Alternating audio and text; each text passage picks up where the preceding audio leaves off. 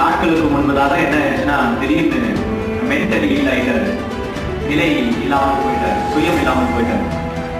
ஹாஸ்பிட்டலில் போய் சேர்ந்தாங்க. அங்கே ஹாஸ்பிட்டலில் அடிச்சு உடச்சி எல்லாம் பண்ணணும். அங்கே லோக்கல்ல இருந்த ஆட்டோ டிரைவர்ஸ் எல்லாரும் சேர்ந்து இவரை அடிச்சு 2 கையை காலை கட்டி அங்கே இங்கே காரமடையில் இருக்கிற ஒரு மனநல ஞாபகத்தில் சேர்த்து விட்டாங்க. இப்படியோ நம்முடைய ஊழியத்தை தெரிஞ்சு கொண்டு பாஸ்டர் எப்படியாவது நீங்க வாங்க இவருக்காக ஜெபிக்கணும்னு சொல்லி இன்னைக்கு எனக்கே ஆச்சரியமா இருக்கு இந்த சகோதரர். ஏன்னா நான் அதுக்கப்புறம் பார்க்கவே இல்லை. நான் பார்த்து 1 வருஷம் ஆச்சு. நான் இந்த ஊழியத்தை பொறுத்த அளவுக்கு ஐ டோன்ட் பீ கஸ்டமர். நான் யாருமே கஸ்டமரா உருவாக்குறது கிடையாது. ஆண்டவர் செய்யற அற்புதத்தை செஞ்சீங்க, ஆண்டவரை பற்றி கொண்டு ஓடிட்டே இருக்க வேண்டியதான். அங்கு கரம் வச்சு ஜெபித்து வந்து 2 நாள்ல இவர் மனநல காப்பகத்துல அங்கிருந்து எனக்கு கால் பண்ணி சொன்னாங்க, இவருக்கு பூரண குணம் அடைஞ்சிருக்காரு, இவர் வீட்டுக்கு கூட்டிட்டு போங்க.